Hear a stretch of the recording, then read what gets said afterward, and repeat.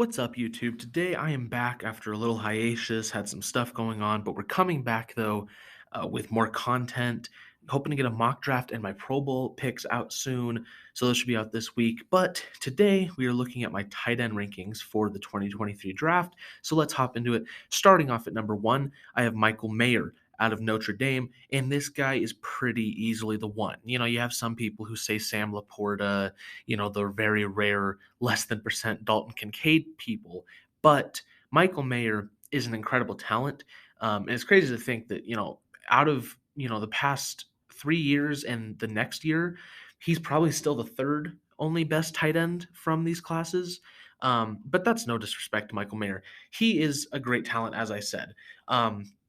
As a blocker, he's not the best in the world. But as a receiver, he really does bring it all. He's really almost like a Mark Andrews with a slight hint of George Kittle in there, which is obviously very high praise. And I truly do think this guy could be up there with those guys at some point, and really could be the best player, best tight end, in the league at a point. Very just a talented receiver in general, big frame. Michael Meyer for me is easy tight end one. And I grade him as a first round prospect. He will be probably a top 20 guy. Number two, going to be Sam Laporta.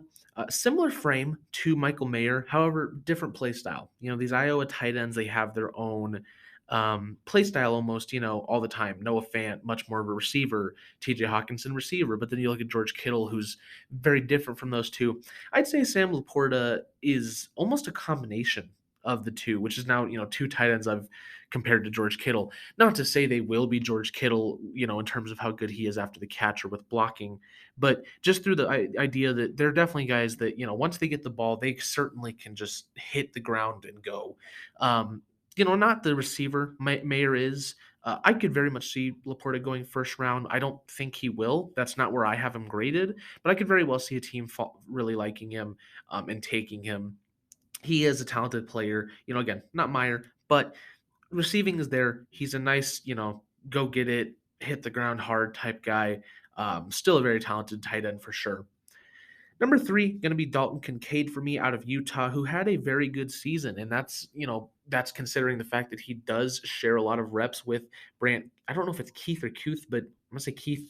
But with Dalton Kincaid, though, I think we're kind of alternating here. I think we're going back to the bit of the receiving unit, where he is a pretty talented receiver. He's not Mayer. Again, Mayer's going to be the top guy in this class for a reason. He's very, very talented. Kincaid is not that type of receiver, but again, similar frame, someone who once he gets the ball can really just hit the ground hard and go. But doesn't drop a ton of passes. He's really secure, and he beats the linebackers a lot. He's still a very difficult challenge for linebackers to have on a week to week basis. So Dalton Kincaid, he's not Mayer, but still a very good tight end. And, he's definitely worth a day two pick, in my opinion. Then we hit Darnell Washington. He's a big guy, 6'7, 270. While I'm not the most impressed by his natural receiving skills, he's tough to bring down. And he's going to be a tough target to cover. You know, there's going to be games where you have those smaller linebackers on him where it's like, they may be a better player, but they're smaller. And it's just hard to cover and bring down guys of his size.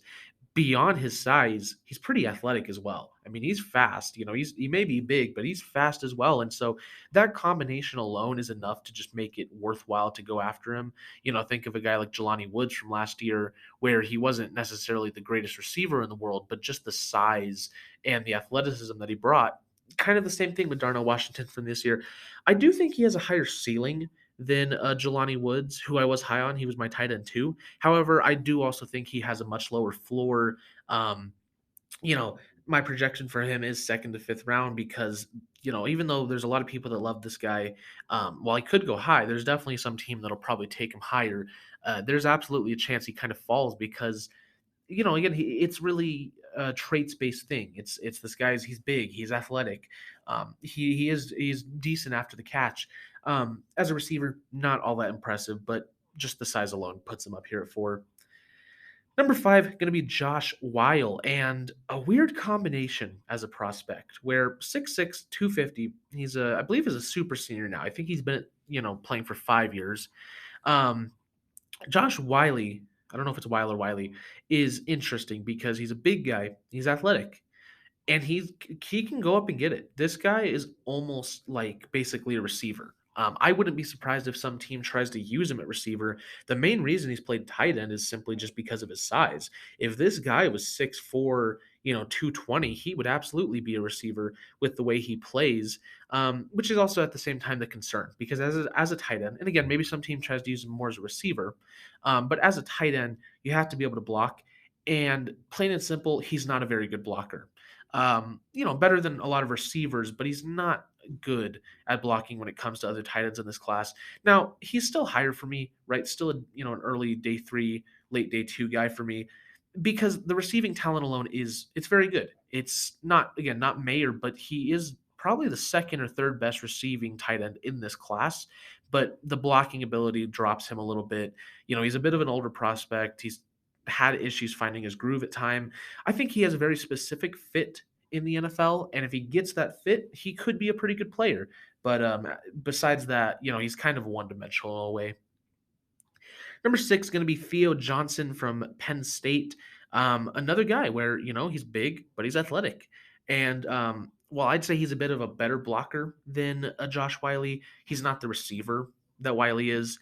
He is younger, though. That is one thing, right? I think he has potentially a higher upside just because of that ability on both sides of being a tight end.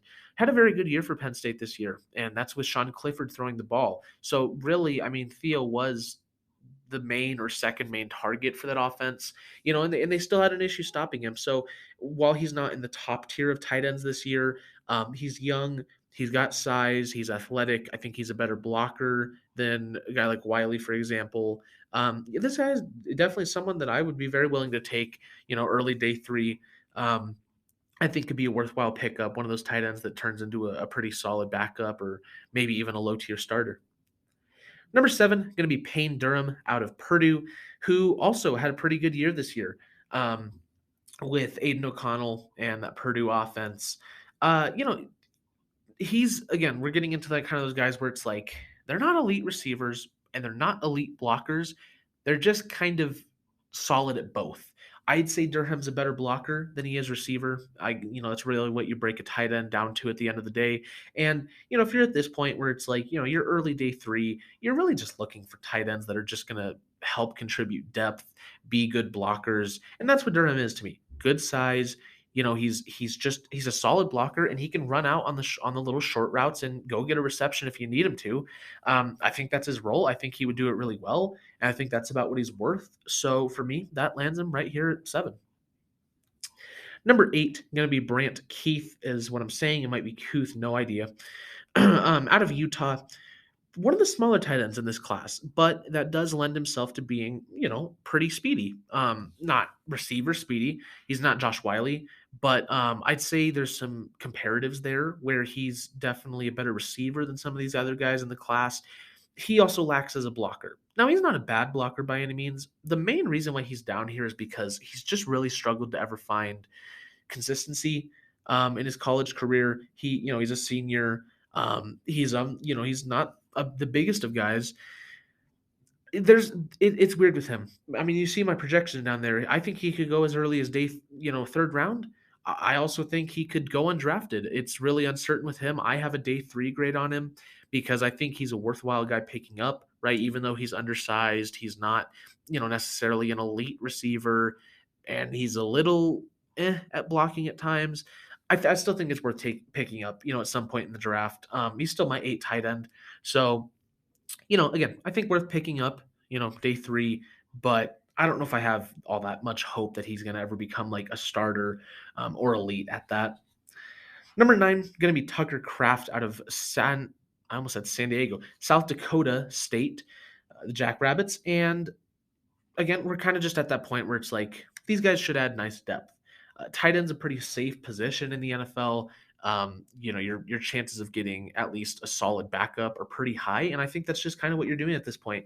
It's day 3. You're just looking for those guys similar to Durham, where it's like they can go out on the short little routes, and I almost like this guy more as a receiver, less as a blocker than Durham.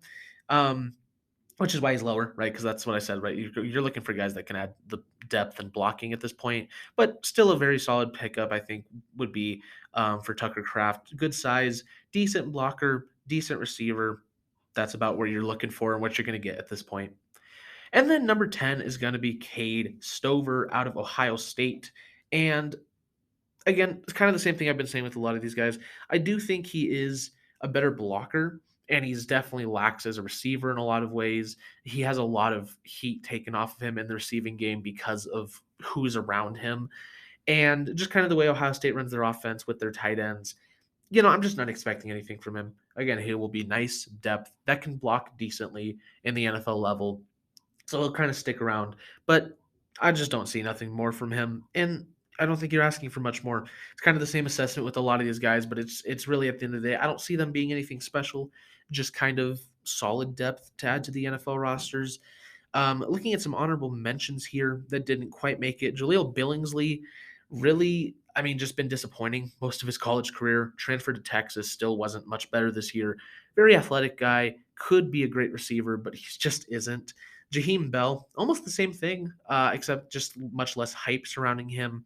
Benjamin Urosek out of Stanford, just someone that, I think is a lesser blocker, lesser receiver. A lot of these guys are still going to be drafted just late day three, not fantastic pickups or anything with much hope. Cam Latu, Luke Musgrave, yeah, so those kind of guys, just what you're getting out of them. But that's going to round out my top 10 tight ends for midseason rankings, at least. This stuff is definitely potential to change, right? We still have playoffs, bowl games, the all pro days, the combine, everything coming, and overtime rankings just change. I mean, heck, even since my quarterback, running back, and wide receiver rankings, which are up, even since I made those have changed. So everything is always changing. Make sure to hit the like and subscribe button if you want to keep up to date with those changes. And if you like the content, share it around. Thank you guys for watching, and I will see all you guys in the next video. Bye bye.